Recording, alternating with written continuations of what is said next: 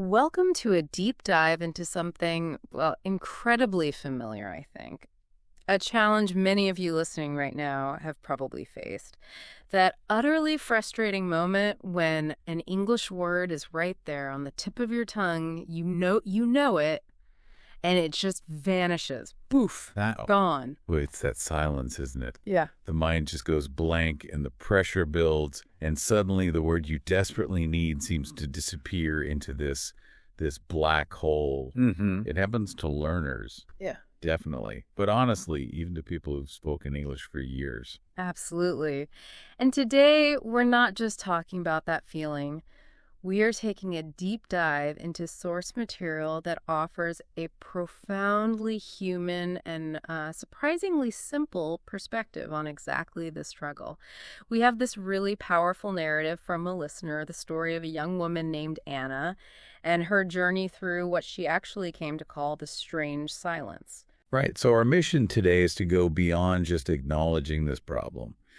We really want to use Anna's experience as it's laid out in this detailed source to try and understand why forgetting words feels like such a betrayal, what might actually be happening in those moments of panic, and crucially, to uncover a pathway back, a way to reconnect with language that feels less like a test, you know, and more like finding an old friend. Yeah, this isn't about memorizing longer lists or more flashcards. It's about something deeper, Yeah. something that might just fundamentally shift how you think about learning and using English, and honestly, how you think about yourself in the whole process. Get ready for some powerful insights, I think. Let's unpack this. Okay, let's start by stepping into Anna's shoes, as described in the source material. So here's this 24-year-old woman described as quiet, curious. She's put in the work, 6 years studying English. 6 years, right? Yeah, and she passed the B2 exam, which Mhm. is a pretty solid intermediate level. I mean, she'd have a good grasp of grammar, a decent vocabulary. By all the traditional measures, she should have been feeling pretty confident, right? Exactly. You'd absolutely expect her to be conversing fairly easily, feeling comfortable. Yeah. But the source tells us that instead, she was experiencing something she called the strange silence.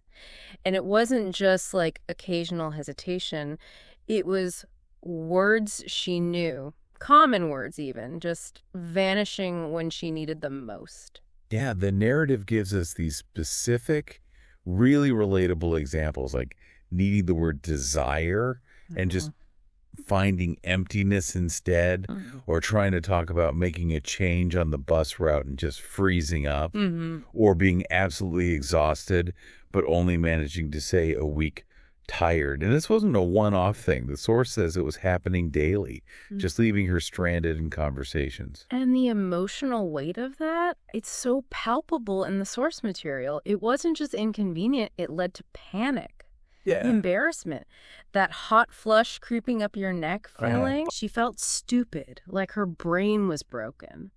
The narrative really captures her sitting there with untouched cold tea, looking through old vocabulary notebooks filled with words that now felt distant, like she was, and this is a quote, chasing shadows of language she used to possess. That feeling of disconnect, it's so central to the struggle, isn't it? It makes you question everything, your progress, your memory, even your intelligence.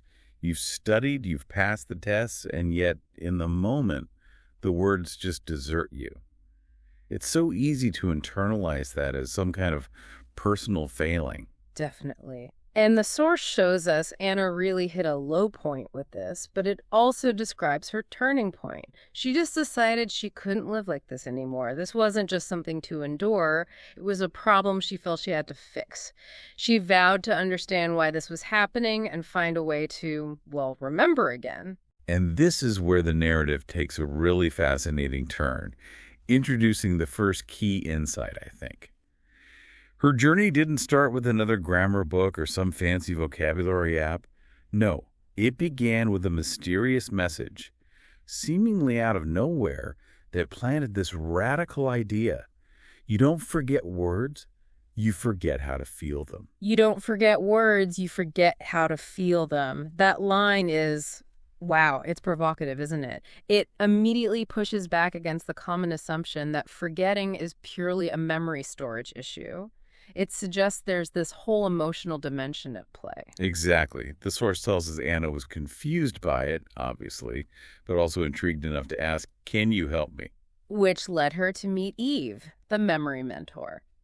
And the description of Eve and the setting, this quiet library garden, birds singing, a warm, insightful presence, it immediately sets a different kind of tone. It feels less like a classroom and much more like a space for, well, connection. Right.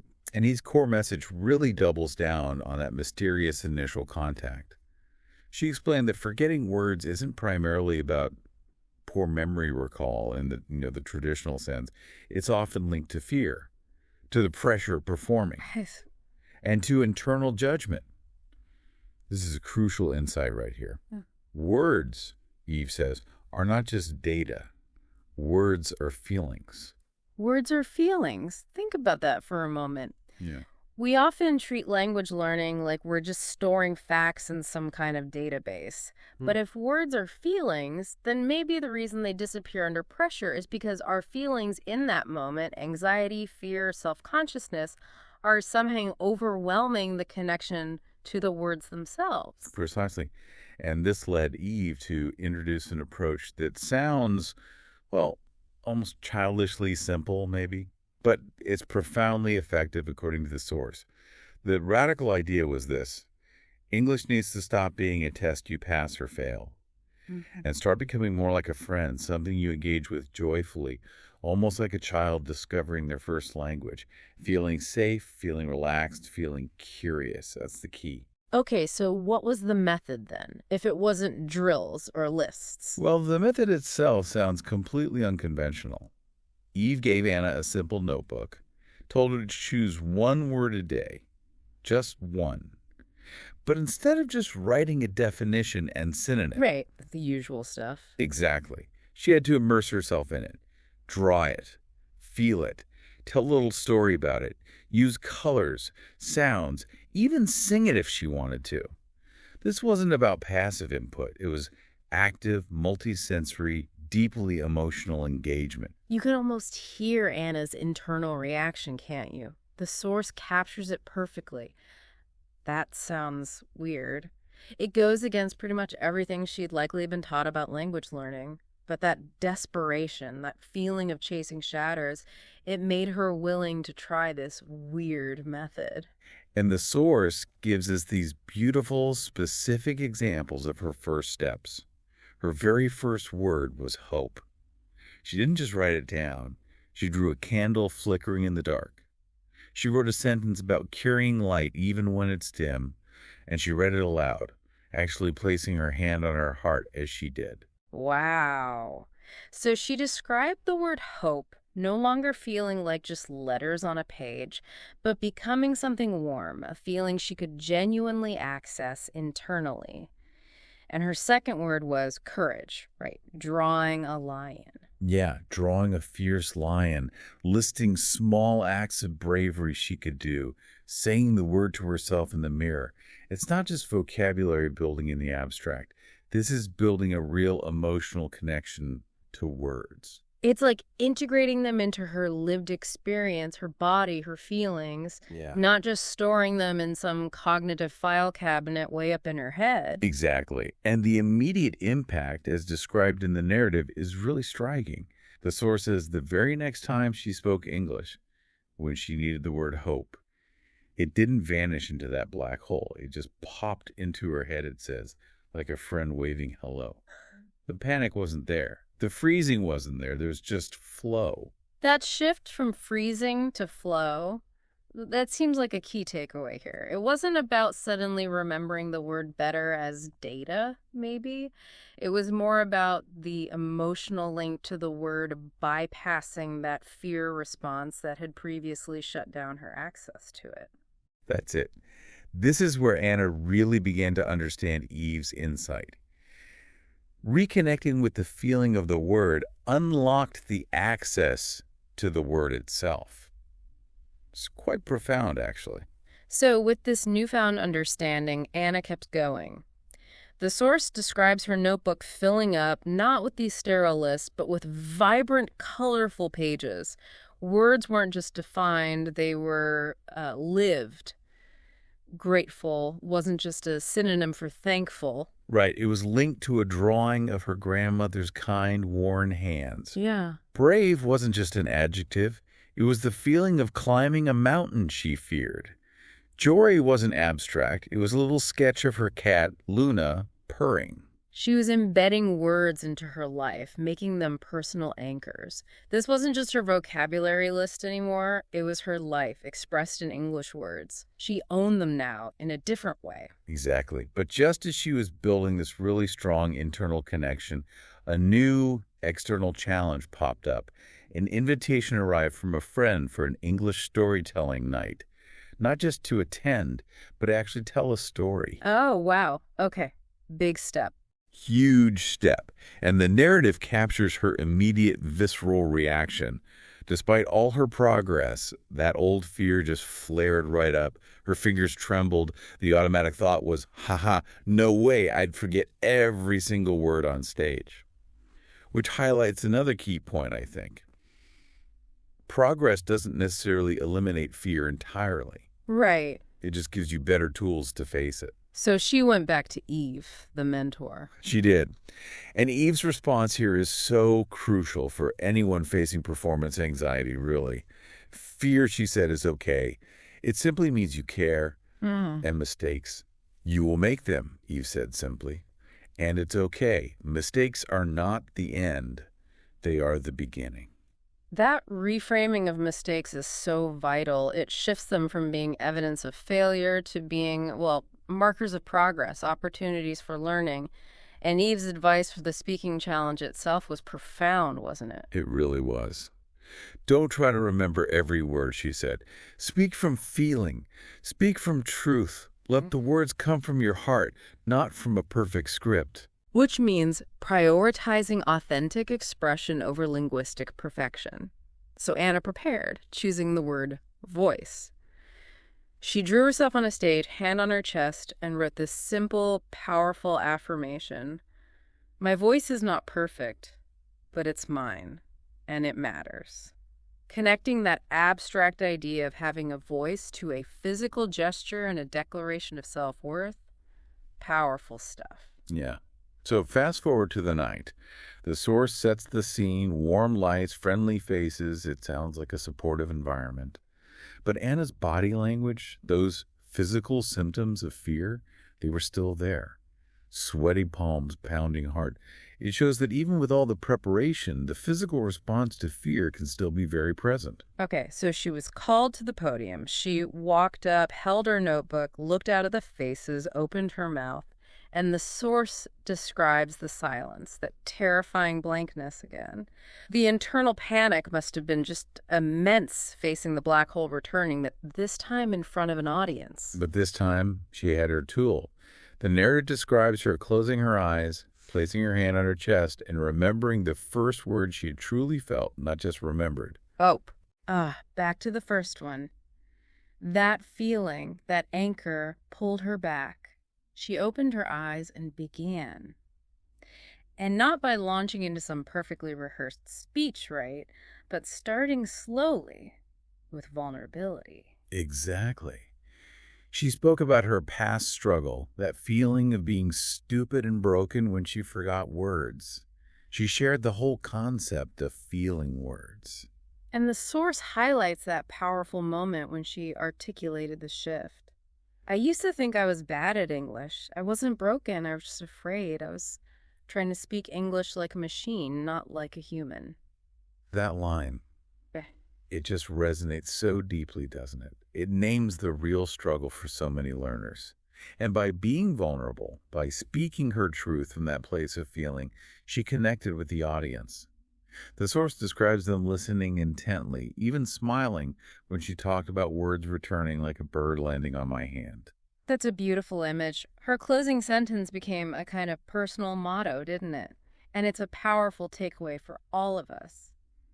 English is not a test I must pass. It's a path I choose to walk, one word at a time. Mm-hmm. The result was thunderous applause. Her heart racing, but not from fear anymore, from joy, from the adrenaline of connecting and being heard. She added proud to her notebook that night, drawing a star, marking this significant victory, not a victory of eliminating fear, but of speaking through it. So Anna continued her practice. The notebook kept filling up, deepening her connection to words. English felt, as the source puts it, like a door she had finally opened. But then a new impulse started to grow inside her, a question. What if I'm not the only one who needs this? Right. She started thinking about her old classmates. Her coworker Ravi, people she knew, struggled with that same hesitation and fear in English. She recognized their struggle mirrored her own, and this sparked a desire to share what she'd learned. Which led to a pretty bold, generous step. She actually emailed the local library offering to lead a non-traditional English class. The focus wouldn't be on drills or tests, obviously, but on the emotional connection to language she had discovered. And the library's positive response was validating, sure, but it also triggered those old doubts again. I'm not a teacher. I'm still learning, he thought. So naturally, she called Eve again, looking for reassurance for this next big step. And Eve's response was just simple and wise, wasn't it? Perfect advice for anyone stepping into a new role. The best teachers are always learning. And to Anna's fear that nobody would actually come to the class, Eve simply said, "Trust me, they'll come." Yeah. So the source sets the scene for that first class. Small meeting room, just Anna, her notebook, some markers, her hands shaking slightly as people started to arrive. 7 students in total. The narrative introduces them, giving us a sense of this diverse group. Noor, a shy teenager. Carlos, middle-aged, still sort of clinging to his dictionary. May, a busy mother. Faces showing a mix of, hope and uncertainty. And Anna's opening words really set the radical tone for the class, laying out the core philosophy right away. In this room, we don't memorize words. We feel them. We draw them. We sing them. We live them. The source describes the students' reaction smiles mixed with a bit of confusion. But importantly, no one left. They were clearly ready for something different. So the first activity was simple but powerful, choosing the word home. Each student drew what home meant to them. Noor drew a cloud and a sun, comfort and warmth. Carlos drew his guitar, his passion, where he felt truly himself. May drew a bowl of soup, that warmth and nourishment of family. And Anna, she drew her own notebook. And as they shared, the magic of the method started to become clear. The source notes that they use words imperfectly, sure, but they use them without fear. Laughter began to fill the room. Students started bringing their own notebooks. They weren't just learning English grammar. They were finding a way to connect with themselves and each other through English. This method, focusing on feeling and connection, was clearly resonating deeply. The narrative gives us this really poignant moment with Noor, the shy teenager, who stayed after class one evening and, kind of echoing Anna's own past feelings, said, "I used to think I was bad at English. Now I think I was just afraid." That quote is so powerful because it just encapsulates the shift this approach facilitates. It moves the focus away from perceived linguistic inadequacy and onto the underlying emotional barrier of fear. And seeing that impact on Noor really reinforced for Anna that this was more than just her personal journey. That night, she chose the word ripple, drawing a stone, dropping into water, realizing her simple one-word-a-day practice had created something that was spreading outward. So Anna's classes grew. She was leading a larger group now, 12 faces looking up at her, and she felt confident, comfortable in this new role. The word for the night was dream, a word full of possibility. And then, boom. Unexpectedly, the old foe reappeared. The source describes it with such vivid detail. The sudden freezing, the dry mouth, thoughts tangling, notes blurring, hands trembling. The silence in the room as 12 pairs of eyes just watched her, waiting. Oh no! The internal panic was immediate and crushing. What's happening? Why now? It felt like she was right back at square one, the old Anna who froze and felt stupid. She ended the session early, avoided eye contact, went home, and cried, absolutely convinced she had failed. This setback, happening after so much progress and even that successful public speaking event, is such a critical part of the story. It highlights that the journey isn't just a straight lineup, and the fear can definitely return. But the turning point came with something small but incredibly significant. An envelope slid under her door. It was for Noor, right? Yes, from Noor. Inside, a drawing in the sun, hiding behind a mountain, and this simple, profound note. Even the sun hides sometimes, but it always returns. Please come back. Wow. That note, coming from the student who had echoed Anna's own past fears, must have been a lifeline. It reminded Anna of the connection she had built, the impact she was having. It spurred her back to her notebook. Exactly. And she didn't try to ignore the feeling of failure. She wrote the word fail, but then she circled it and wrote beneath it, a step, not the end. Drawing a foot, stepping onto a path. It was this conscious act of reframing the experience. So she called Eve again, admitting that raw feeling. I forgot everything. But Eve offered a deeper truth, didn't she? She did. No, you didn't, Eve said. You remembered fear. And crucially, Eve pointed out that remembering fear didn't make her less of a teacher or a speaker. It actually made her even better, even more human. That is such a powerful reframing. Her vulnerability, her capacity for fear wasn't a liability, it was an asset, a point of connection. And Eve's wisdom about future setbacks was equally important. It will happen again, and you'll walk through it again. You know the way now. The source notes Anna smiled at that, finally understanding. The goal isn't to never forget or freeze again, but to trust that you have the internal tools to navigate it when it happens. Precisely. And this understanding was immediately evident in her return to class. She arrived early, not pretending everything was fine, but embracing the experience fully. She wrote the word silence on the board, and she shared her recent struggle, her feeling of failure, her freezing moment right there in front of them. And then together they reframed silence, not as emptiness or failure, but as a necessary part of learning, maybe as space words sometimes need, a kind of stillness. The group engaged with the word, drawing their own interpretations.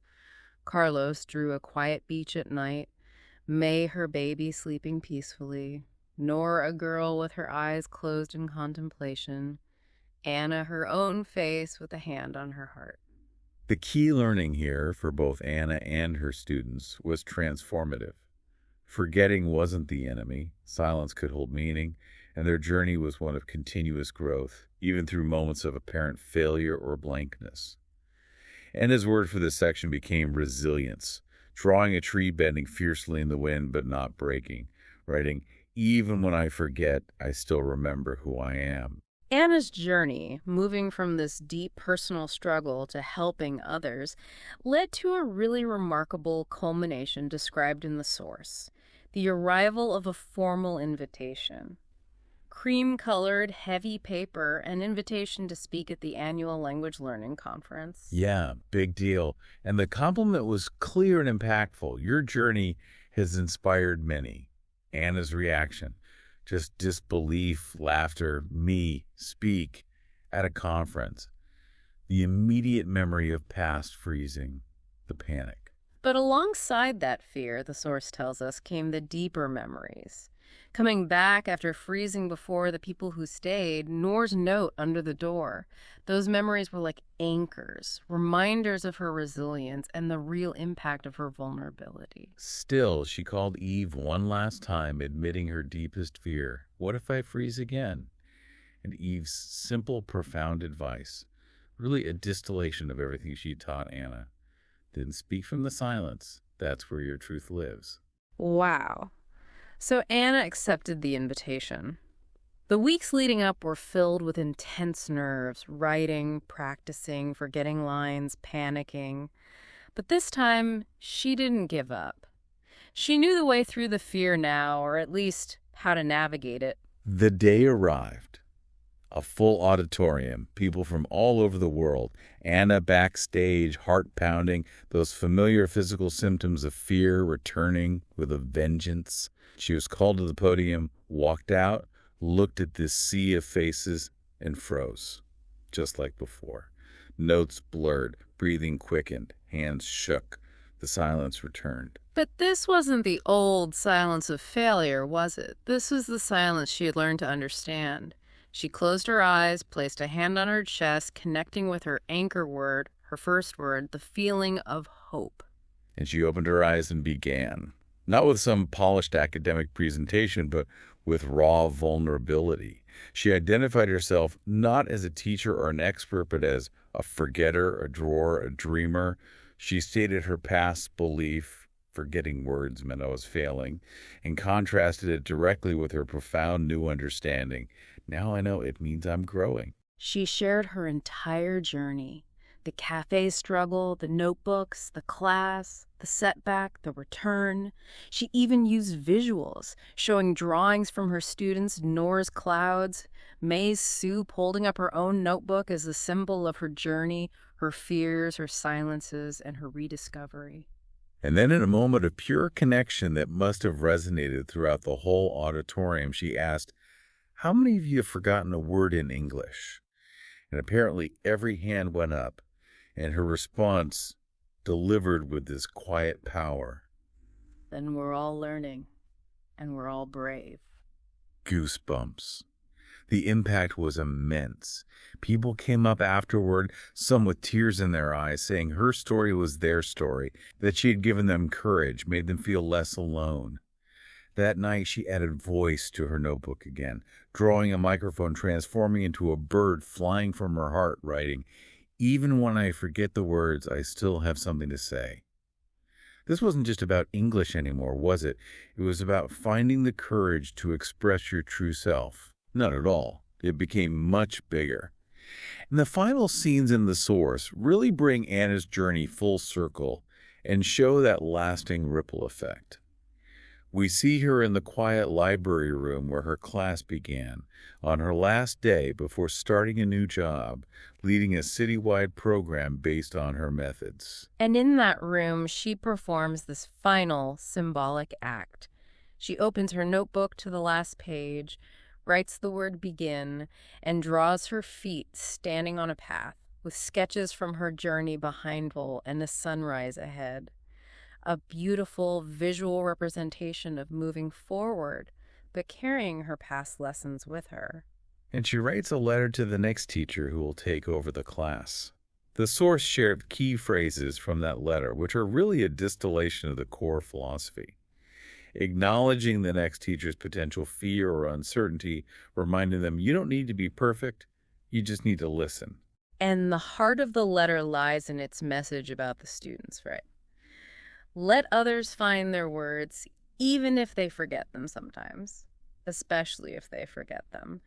It reinforces that central insight that forgetting is a sign of trying, and trying is the bravest thing. She calls the room a place where magic happens, not because words are never forgotten, but because connection and courage are found there. Yeah. She leaves the notebook on the shelf, this physical embodiment of the journey and the method.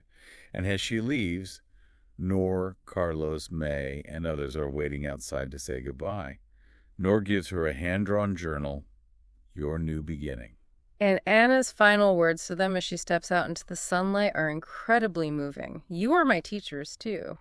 Acknowledging the reciprocal nature of learning, that true growth really happens together. Exactly. The Source emphasizes that feeling as she steps out, carrying the weight of doubt, fear, and courage, but also the profound realization that she hadn't just remembered English words. She had remembered herself. That transformation from a girl whispering in a cafe to a woman speaking her truth to hundreds. Ready for the next chapter, knowing it would contain silence and sound, forgetting and remembering, loss and finding, but always hope. And those bonus scenes briefly showed just how far that ripple spread. 2 years later, Noor is teaching English, using Anna's notebook and method. When a student freezes, asking what to do if they forget a word, Noor calmly responds with the core lesson. Then we will remember the feeling. The emphasis isn't on perfect recall, but on that accessible emotional connection. Right. And the source describes Anna's Voices Remembered program at a community center, an archive, a physical space filled with student notebooks, drawings, and words. Home, begin, soup. Standing there, reading them, listening to this silent choir of recovered voices. Her perspective to a journalist about it is really telling. The hardest part was letting go of the goal of perfect English. The best part was watching people remember who they are in any language. Wow. And finally, the letter from M, a former quiet student who remembered Anna's phrase, "You don't have to be loud to be heard." This student is now teaching music, helping children connect through rhythm and kindness, using music to help them remember me.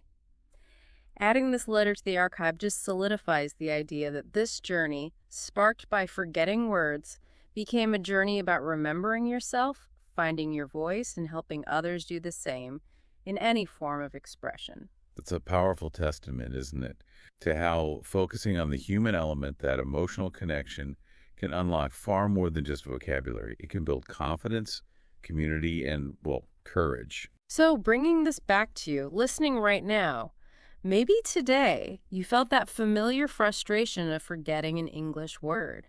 Maybe your mind went blank in a conversation. Maybe you felt unsure or just tired of the struggle. If that happened, please remember Anna's story. Remember Noor. The central liberating message from this source is so clear. That's okay. Forgetting a word is not evidence of failure. No, it's evidence that you are trying. It means your brain is actively reaching, stretching, and growing. You are not behind. You are not slow. You are simply human, engaged in the complex, messy, but ultimately beautiful process of learning. Everyone who speaks fluently in any language has forgotten words. Even Anna, even after her breakthroughs, still experienced blankness. Honestly, even the person talking to you right now experiences it. Me too. So take courage from Anna's journey. If your voice shakes when you speak, use it anyway. If words vanish in the moment, just pause, breathe. Maybe even manage a small smile at yourself. Trust that they will return, perhaps not the exact word you wanted, but the feeling, the meaning will guide you. You are absolutely not alone in this. Remember the students in that small library room. Remember Noor's note. Courage isn't about speaking perfectly or never forgetting. It's about choosing to speak again, to try again, even when that fear is present. Your words matter. Your story matters. And you are becoming stronger, more resilient, and more deeply connected to yourself with every single try. Keep going. Keep dreaming. Keep beginning. Because one day, just like Anna, you might find yourself not just remembering your own words, but helping someone else remember theirs. So here's a final thought for you to carry forward from this deep dive, drawn directly from the heart of Anna's discovery. What does feeling a word truly mean to you? What single English word could you choose today, just one, to bring into your life in this new way? Maybe draw it. Write about it, think about its meaning and its emotion, live with it for a day. Let it become not just another piece of data you feel you need to recall, but, well, a friend. What story does that word hold for you? Yeah. And what story might you start telling with it?